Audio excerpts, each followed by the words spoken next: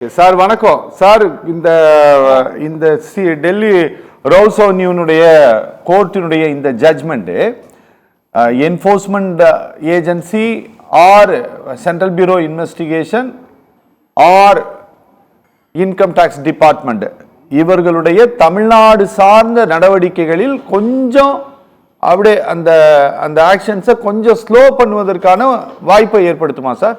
இல்ல தேர்தல் நெருங்கும் போது நவுத்திடுவாங்களா? விசாரணை அமைப்புகள் நம்மளை காப்பதற்கும் நம்ம மக்களை காப்பதற்கும் மக்களுடைய பணங்களை காப்பதற்கும் மக்களுடைய பொருளாதாரத்தை காப்பதற்கும் தவறு செய்தவர்களை எவரா இருந்தாலும் கண்டிப்பதற்காகவும் தான் அவரை நியமித்து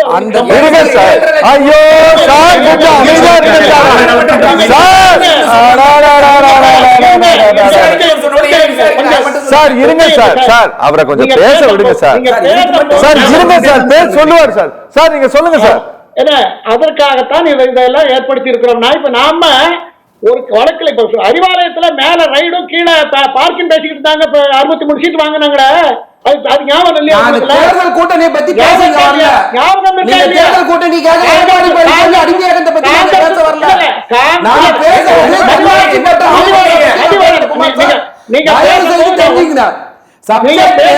தன்னாட்சி பெற்ற அமைப்புகள் இந்த வழக்கு சம்பந்தப்பட்டு நீங்க பேசுங்க. சிபிஐ, இடி, இன்கம் டாக்ஸ் என்ன பண்ணுதுன்னு பேசுங்க. தேர்தல் ஆணையம் என்ன பண்ணுதுன்னு பேசுங்க.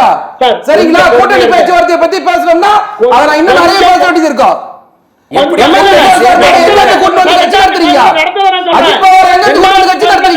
உங்களுக்கு கட்சி நடத்தவே ஆள் இல்ல.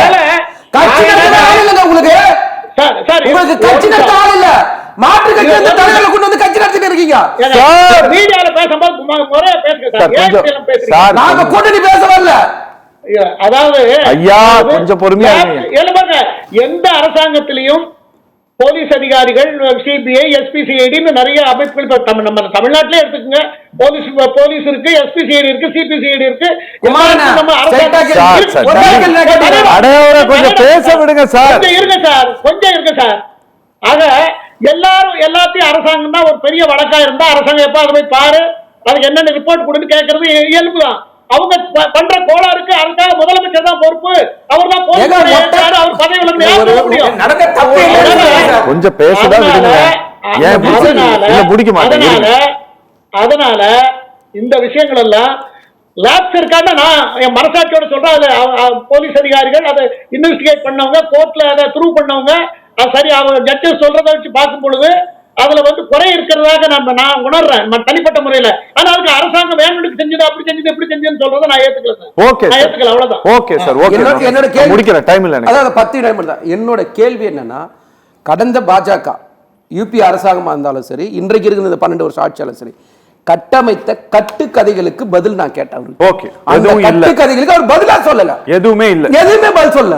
எல்லா தன்னாட்சி நிறுவனங்களையும் பயன்படுத்தி பிஜேபி தன்னுடைய ஆட்சியை நீடிப்பதற்கும் எதிர்கட்சிகளை ஆட்சிகளை கவிழ்ப்பதற்கும் இன்று இதுவரை பயன்படுத்திக் கொண்டிருக்கிறார்கள். இதுதான் இப்பொழுது நடந்திருக்கிற உண்மை. கெஜ்ரிவால் கேஸ்ல இதான் நடந்தது. நாட்டுக்கு நல்லது நடக்க வேண்டும் என்பதற்காக. குமார் சார், தயவு செஞ்சு சும்மா இருங்க சார்.